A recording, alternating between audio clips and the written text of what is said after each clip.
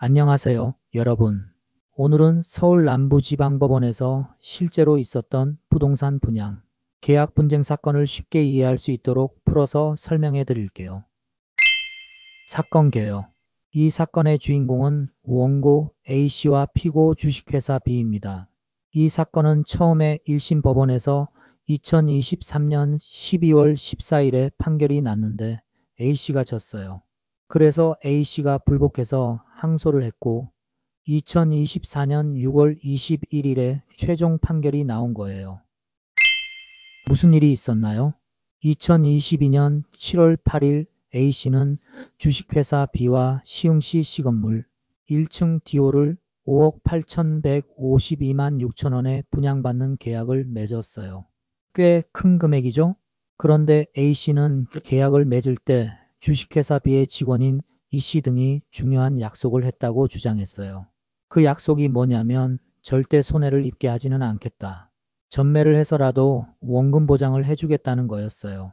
여기서 전매라는 건 다른 사람에게 다시 팔아주는 걸 말해요. 쉽게 말해서 혹시 나중에 손해보면 우리가 대신 팔아줄 테니까 걱정하지 마세요 라고 했다는 거죠. A씨의 주장. A씨는 계약을 맺은 지 1년 6개월이나 지났는데도 주식회사 B가 이 약속을 지키지 않았다고 주장했어요. 그래서 계약을 취소하거나 해지하고 싶다고 했고 이미 지급한 계약금을 돌려달라고 요구했어요. 재미있는 건 A씨가 처음에는 6천만 원을 달라고 했다가 항소심에서는 5,815만 2,600원을 달라고 금액을 바꿨어요. 법원은 어떻게 판단했을까요? 법원은 A씨의 주장을 받아들이지 않았어요. 왜냐하면 증거가 부족했거든요. A씨가 제출한 증거 중에 F라는 사람의 진술서가 있었는데 법원은 이걸 믿기 어렵다고 했어요. 왜냐하면 F가 A씨의 직원이었거든요. 자기 회사 사람이 써준 진술서니까 객관적이지 않다고 본 거죠. 또 A씨가 제출한 사업자 등록증이나 11만 원, 송금 내역 같은 다른 증거들도 주식회사 B가 원금 보장을 약속했다는 사실을 증명하기에는 부족하다고 판단했어요.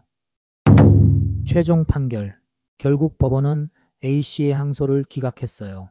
기각이라는 건 당신 주장이 맞지 않으니까 받아들일 수 없다는 뜻이에요. 그래서 1심 판결이 그대로 유지됐고 A씨는 돈을 돌려받지 못하게 됐어요. 소송 비용은 누가 부담하나요? 여기서 중요한 부분이 바로 소송 비용이에요. 판결문에 보면 항소 비용은 원고가 부담한다고 되어 있어요. 우리나라 법에서는 소송에서 진 사람이 소송 비용을 부담하는 게 원칙이에요. A씨가 항소를 했지만 졌기 때문에 항소 과정에서 들어간 모든 비용을 A씨가 내야 하는 거예요. 여기에는 법원에 내는 인지대, 변호사 비용 등이 모두 포함돼요. 이 사건이 주는 교훈. 이 사건을 통해 우리가 배울 수 있는 중요한 교훈이 있어요. 첫째, 중요한 약속은 반드시 서면으로 남겨야 해요. 아무리 중요한 약속이라도 말로만 했다면 나중에 증명하기가 정말 어려워요. 둘째, 객관적인 증거가 중요해요. 자기 편 사람의 진술보다는 제3자가 볼 수 있는 객관적인 증거가 법정에서 훨씬 더 중요하게 다뤄져요. 셋째, 소송은 이기면 상대방이 비용을 부담하지만 지면 내가 모든 비용을 부담해야 한다는 점도 꼭 기억해야 해요. 마무리. 오늘 살펴본 사건은 부동산 계약을 할 때 얼마나 신중해야 하는지, 그리고 모든 중요한 약속을 문서로 남기는 것이 얼마나 중요한지를 보여주는 좋은 사례였어요. 여러분도 나중에 중요한 계약을 할 때는 오늘 이야기를 꼭 기억해 주세요. 지금까지 부동산 분양 계약 분쟁 사건에 대해 알아봤습니다. 오늘 판결 설명은 여기까지입니다. 시청해 주셔서 감사합니다.